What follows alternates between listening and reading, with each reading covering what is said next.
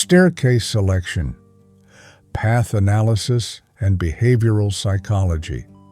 We've traced the circling pattern through that house, mapped the concentration of evidence around the butler's kitchen, followed the biological clocks that recorded time and blood pooling and muscle stiffening. And now we need to pause at something so ordinary, so mundane in the architecture of daily life, that it sits almost invisible in the narrative, until we begin to ask questions about choice. That house had 2 staircases connecting the upper floor to the main level, 2 pathways between where the family slept and where the staging occurred. 2 routes that a parent could take if they needed to move from their bedroom down to the kitchen, down to the basement, down to wherever their child had gone in the darkness. And the question that refuses to remain quiet is this: which staircase would someone take, and what does that choice reveal about consciousness, habit, and the terrible calculations being made during those hours? Let's establish the geography before we begin to interpret behavior. From the master bedroom, there were 2 options for reaching the main floor. The first staircase, the one closest to their bed, the natural and direct route, led down into the main living area. Straightforward, familiar, the path anyone would take under normal circumstances. But there was a second option. They could cross through their bedroom, move past the bathroom area, and access a different staircase, the spiral staircase that descended near the butler's kitchen, the same staircase where the ransom note would eventually be placed. This route required more steps, more navigation through the bedroom's interior. It was the longer path, the less obvious choice.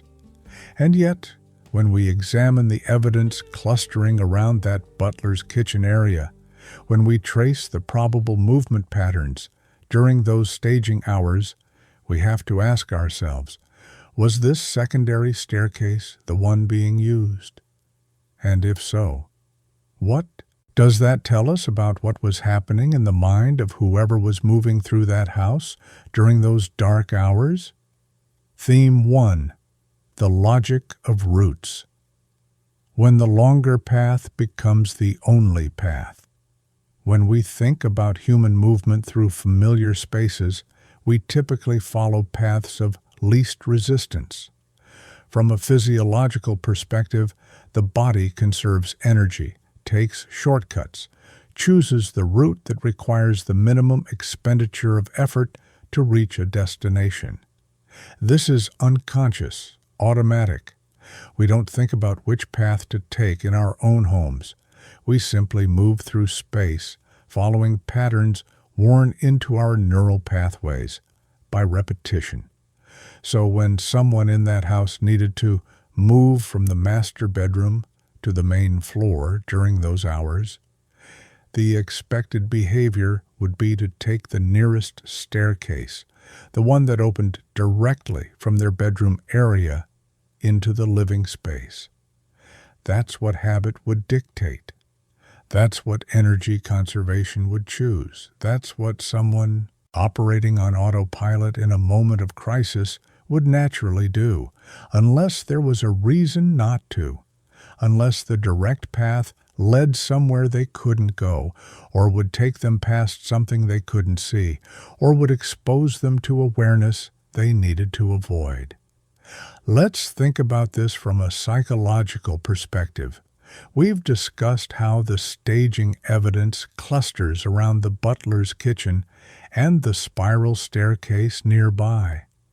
If someone was operating from that zone during those hours, writing the note, assembling materials, perhaps moving between the main level and the basement, then the spiral staircase becomes the natural access point between floors, not because it's the shortest route from the bedroom, but because it deposits you exactly where the activity was concentrated. Coming down that spiral staircase, You emerge right at the nexus we've been examining. Steps from the butler's kitchen, steps from where the notepad was stored, steps from the catch-all sink area. You're already in the operational zone. But choosing this staircase over the more direct route requires consciousness. It requires a decision, even if that decision operates below the level of full awareness. It requires that, at some point in the movement from bedroom to main floor, the mind assessed options and chose the path that led to the activity zone rather than the path that simply led downstairs. From a criminological standpoint, we need to ask ourselves what circumstances would make the longer, less direct route preferable. If someone was in the master bedroom and needed to reach the basement, perhaps to check on what had happened, perhaps to assess the situation, they could take the direct staircase down to the living area and then navigate to the basement from there. But that route might take them through more visible, more open spaces. The spiral staircase route, by contrast, moves through the more private, more contained areas of the house. It's the back route, in a sense, not the formal path, but the service path, the way you'd move if you wanted to minimize your exposure in the more public areas of the home. This isn't to suggest conscious sneaking or hiding. In a house where other family members were supposedly asleep, there would be no need for that kind of stealth. But there might be an unconscious preference for the more contained, more private pathway, the route that felt safer psychologically, that kept you in spaces that were more under your control. Now let's consider this from an anthropological angle. In most cultures, houses develop circulation patterns, primary routes used during normal daily activity, and secondary routes used for specific purposes or by specific people. The main staircase would be the primary circulation path, the route guests would use, the route family members would take during the normal waking hours. The spiral staircase near the butler's kitchen might function more as a service circulation path, a way to move between floors while carrying items, a route to the kitchen areas, a more utilitarian passage. If someone was moving between floors repeatedly during those hours while engaged in staging activities, carrying materials, moving between the basement and the kitchen area, the spiral staircase would be the more natural choice for that kind of utilitarian movement. It's closer to the work zones, it's more private, and it allows for repeated trips without traversing the more formal areas of the house over and over. From a philosophical perspective, we're confronting questions about consciousness and choice in moments of extreme stress. Was the staircase selection a conscious decision, a calculated choice based on strategic thinking about which route best served the staging activities? Or was it unconscious, the body simply following the path that felt right without the mind ever explicitly considering alternatives? The truth is probably somewhere between these poles. Consciousness, during those hours, would have been fragmented, operating on multiple levels simultaneously. There might have been moments of clear strategic thinking interspersed with stretches where the body simply moved through space, following patterns that felt natural without conscious reflection. The fact that the evidence clusters around the spiral staircase area suggests this was the route being used, but whether that choice was deliberate or simply where the mind's autopilot led them is something we cannot definitively determine from the evidence available. Let's shift to the physiological implications of repeated staircase use during those hours. We've established that the staging likely took multiple hours, time to discover what happened, time to process and decide, time to write the note, time to implement whatever other elements of the scene needed to be arranged. If someone made multiple trips between the bedroom level and the main floor. During this time, each trip would have required choosing a staircase. And here's what's revealing. Humans are creatures of habit. Once we take a particular route and it serves our purposes, we tend to repeat it. The first time down the stairs might involve conscious choice, but subsequent trips typically follow the same path without renewed deliberation. So, if the spiral staircase was chosen initially, for whatever reason, conscious or unconscious, it would likely have become the default route for all subsequent movements during those hours. Each circuit reinforcing the pattern, each trip wearing that particular pathway deeper into the night's geography of movement. From a logical investigative perspective, the staircase selection matters because it tells us something about the staging geography. If the person was consistently using the spiral staircase, it means they were consistently arriving on the main floor at the butler's kitchen nexus point. They weren't emerging into the living room and then having to navigate through the house to reach their operational area. They were depositing themselves directly into the zone where evidence would later be found. This tight integration between movement pattern and evidence location isn't coincidence. It's the natural result of someone establishing a base of operations and then moving between floors in a way that kept them centered in that operational zone. The staircase choice in this reading becomes a kind of archaeological evidence, a trace of movement patterns that helps us reconstruct not just where someone went, but how they thought about space and movement during those hours. So when we step back and consider why someone might have chosen the spiral staircase over the more direct route from the master bedroom, we're looking at a choice that reveals layers of consciousness and purpose from every analytical perspective: logical, philosophical, psychological, physiological, forensic, anthropological, and criminological. The selection of the longer, less direct path suggests someone who was operating with a specific zone in mind, who was moving with purpose toward particular areas of the house rather than simply moving downward in the most efficient way possible. The staircase selection whispers something about intention, about mental maps of the house, that prioritized access to certain spaces over simple efficiency.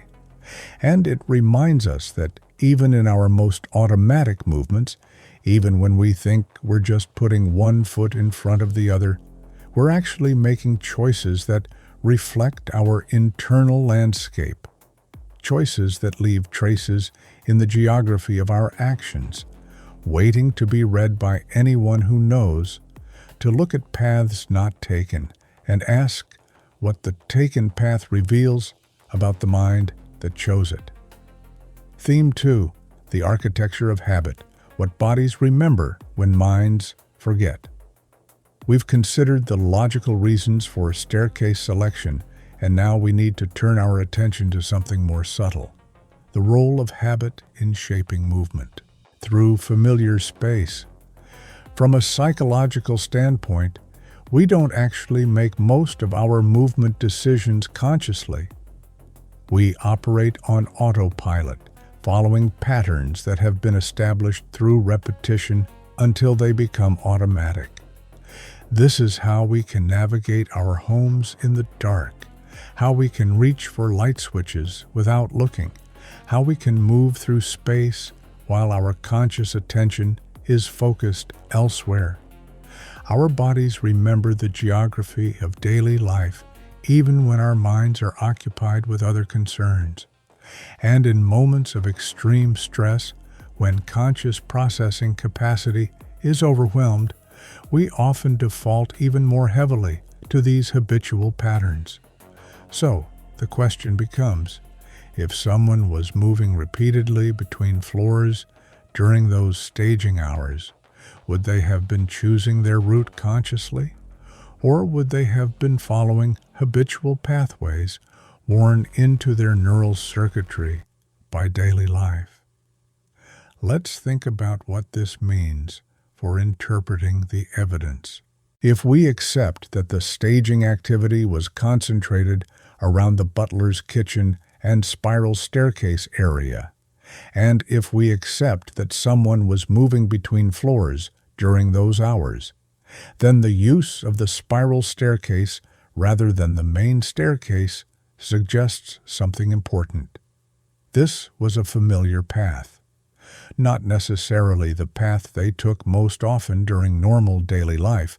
That might well have been the main staircase for most purposes, but a path they knew, a route they had taken before, a pathway that existed in their mental map of the house with enough clarity that under stress it became available as an option. From a physiological perspective, habitual movement requires less cognitive effort than navigating unfamiliar routes. When we're under stress, when our prefrontal cortex is compromised and executive function is impaired, we lean more heavily on habits and automatic behaviors. The choice to use the spiral staircase in this framework might reflect not strategic calculation, but simply the mind defaulting to a familiar pattern. From a criminological standpoint, we need to understand that staged scenes often reveal the stager's habits and comfort zones without the person being aware of it. When someone is creating a false narrative, trying to make a scene appear to be something it's not, they're consciously focusing on the elements of the story they're constructing, the note they're writing, the items they're positioning, the narrative they're assembling. But while their conscious attention is on these elements, their unconscious movement patterns continue to follow familiar paths. They don't think about which staircase to take. Their body just takes them down the route it knows. This is one reason why stage scenes often contain clues to the identity of the stager, because the staging itself gets conscious attention and careful construction, but the movement around and through the staging area follows unconscious patterns that reveal familiarity with the space. Now let's consider this from an anthropological perspective. Different family members often develop different circulation patterns through a shared home. One person might habitually use one staircase while another prefers a different route. These patterns develop based on where each person spends their time, what activities they engage in, which rooms they access most frequently. If someone regularly moved between the master bedroom and the kitchen areas, perhaps to prepare food, perhaps to do household tasks, perhaps for any number of routine daily activities, they might naturally develop a habit of using the spiral staircase because it provided more direct access to those kitchen spaces. Under normal circumstances, this habitual route would be invisible, unremarkable. But under stress, when that person needed to move between floors while engaging in staging activities centered in the kitchen area, that habitual route would become even more likely to be followed because it was both familiar and functionally useful for the activities being undertaken. From a philosophical standpoint, there's something revealing about how habit betrays consciousness even when we're trying to be most careful. We like to think of ourselves as rational actors, fully in control of our choices and behaviors. But the truth is that most of our actions are driven by patterns operating below conscious awareness.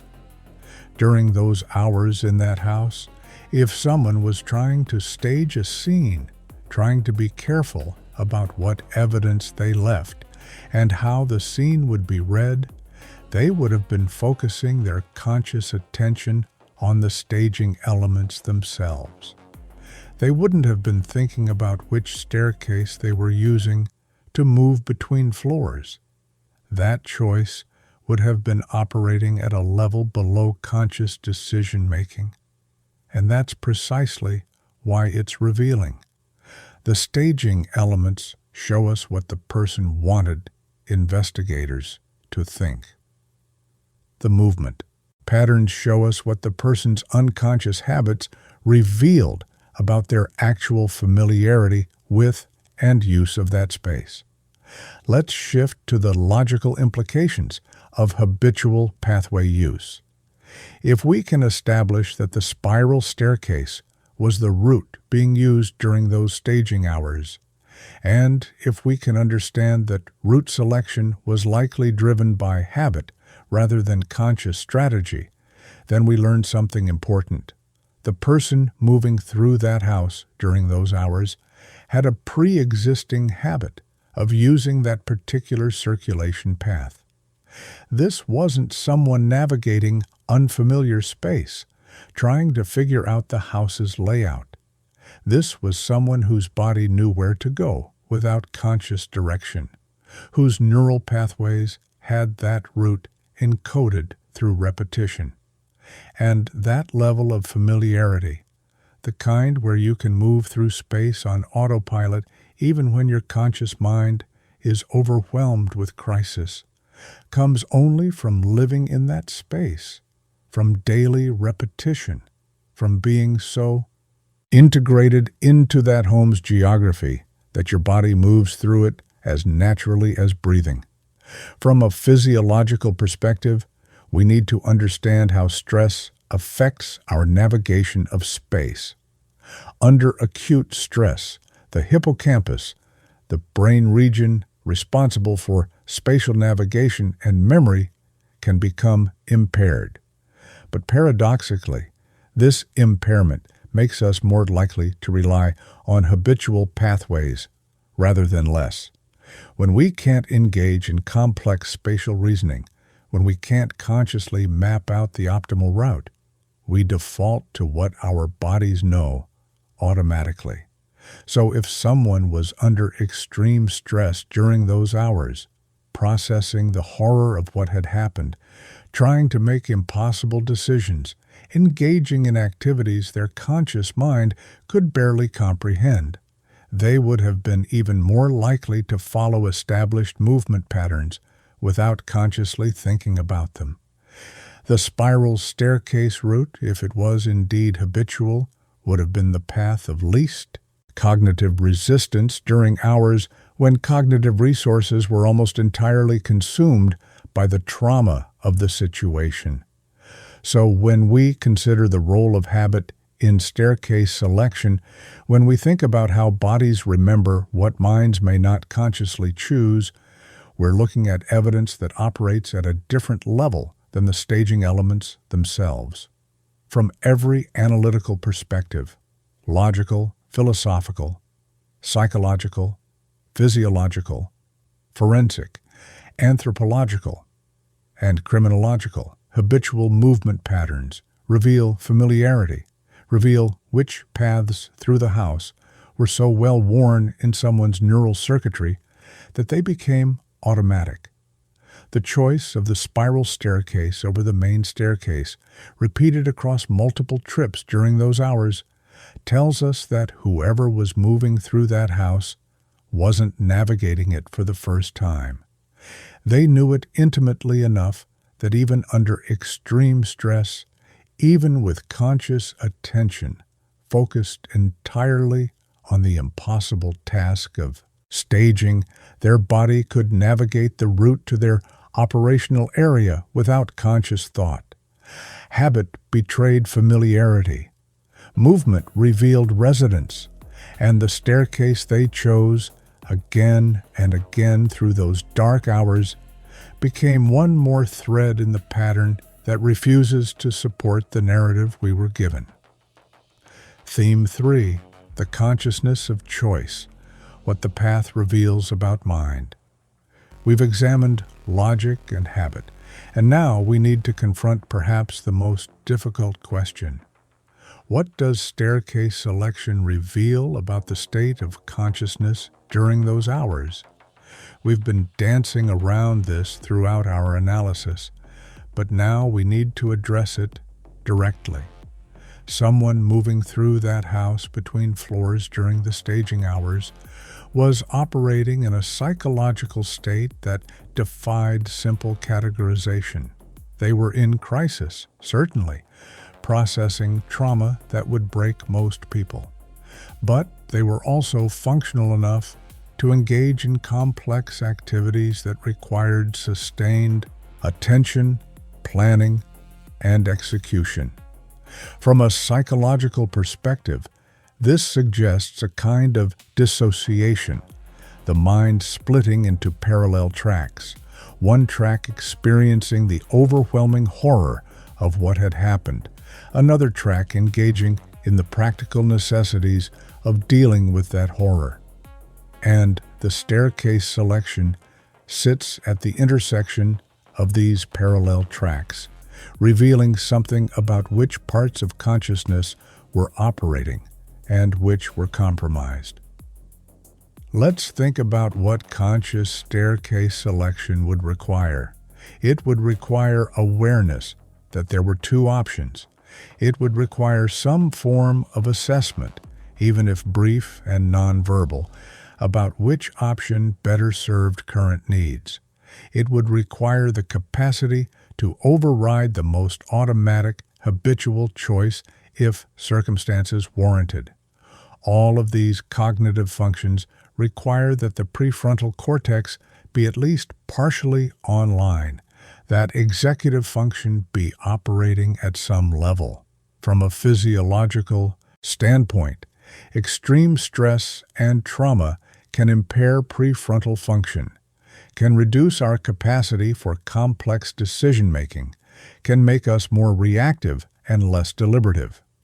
But the staging activities themselves, writing a detailed ransom note, positioning elements to create a narrative, thinking through what would be believable, all of these activities require prefrontal function.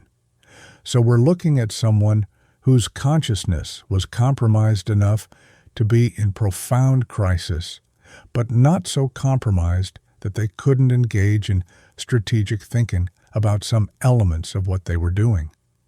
From a criminological perspective, this fractured consciousness is something we see in many staged scenes. The person is simultaneously the one who experienced or discovered the traumatic event, and the one trying to control how that event will be perceived by others. They're victim and orchestrator at the same time, experiencing genuine grief while also making calculated decisions about narrative, construction.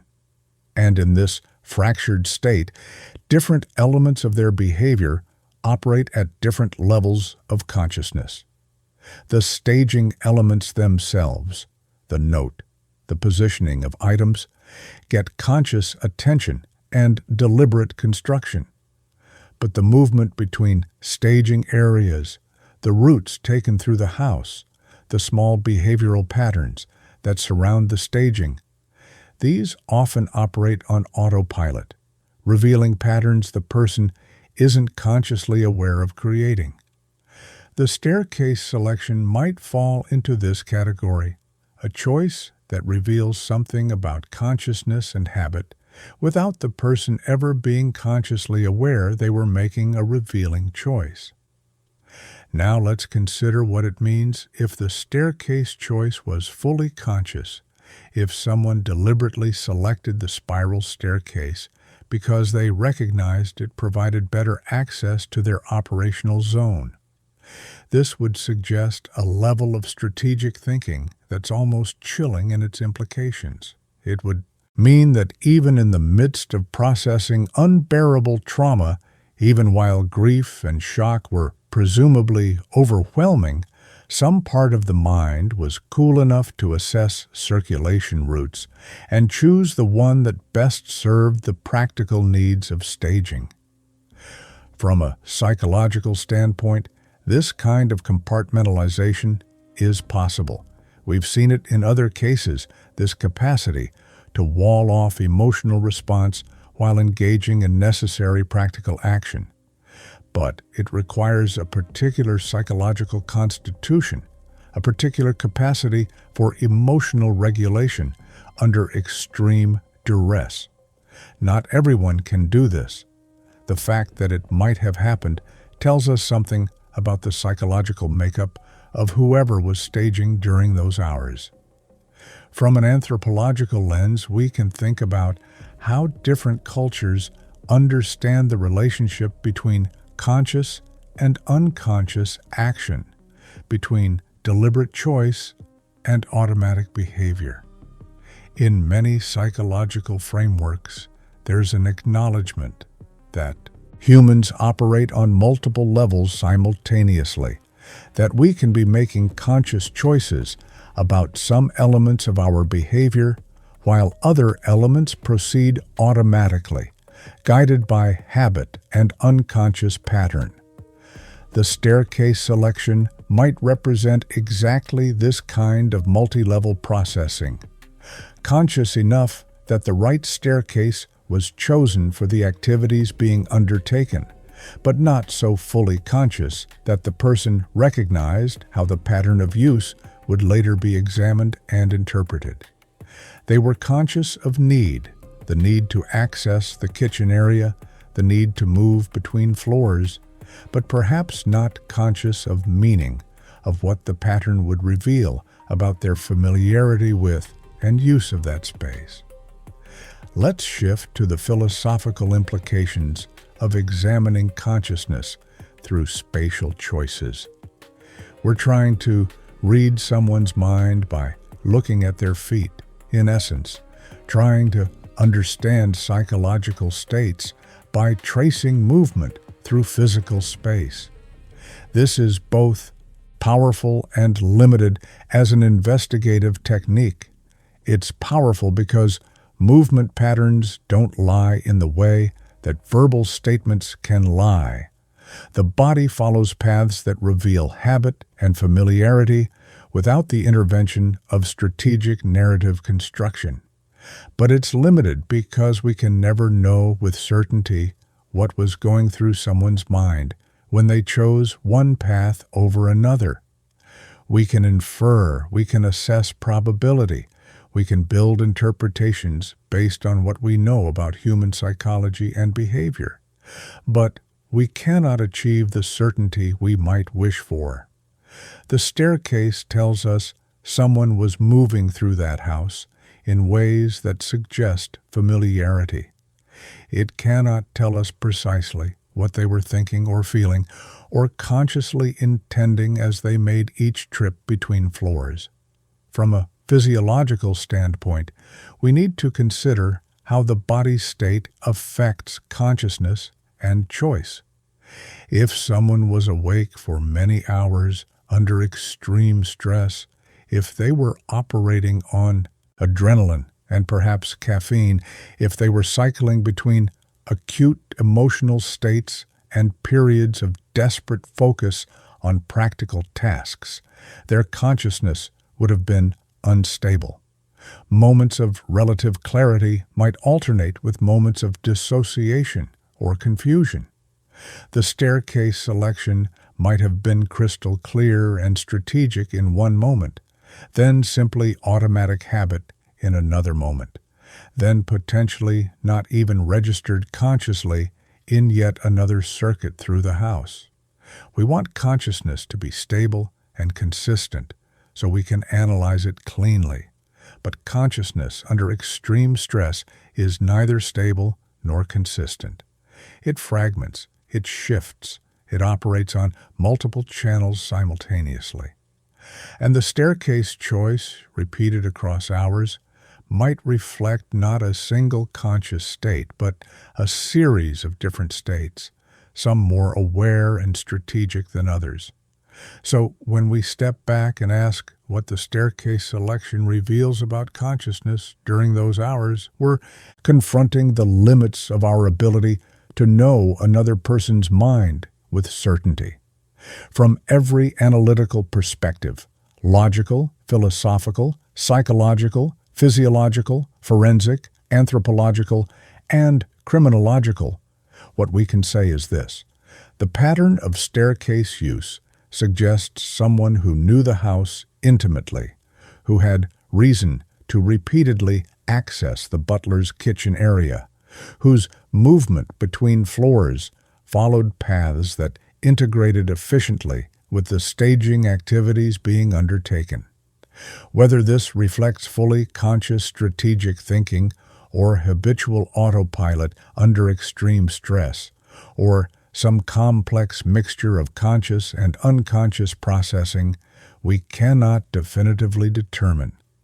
What we can determine is that the pattern exists, that it reveals familiarity, and that it creates yet another thread in the larger tapestry of evidence suggesting that whoever was staging during those hours wasn't navigating unfamiliar territory. They were moving through space they knew, following paths their body recognized, operating with a level of spatial fluency that comes only from residence, from daily life, from being so integrated into that house's geography that even under stress, their body knew where to go. The staircase didn't just carry them between floors. It carried evidence of consciousness, of habit, of the terrible intersection between automatic behavior and strategic action that characterized those dark hours between discovery and dawn. We've walked through the two staircases, examined the logic of route selection, explored how habit and consciousness intersect in moments of extreme stress. What emerges isn't a simple answer about which stairs were used or why. What emerges is a pattern of movement that reveals familiarity, that suggests operational geography centered around specific areas of the house, that shows us how bodies move through familiar space even when minds are overwhelmed by impossible circumstances. The staircase. Selection was never meant to be evidence. It was simply movement, automatic, and unconsidered in the moment.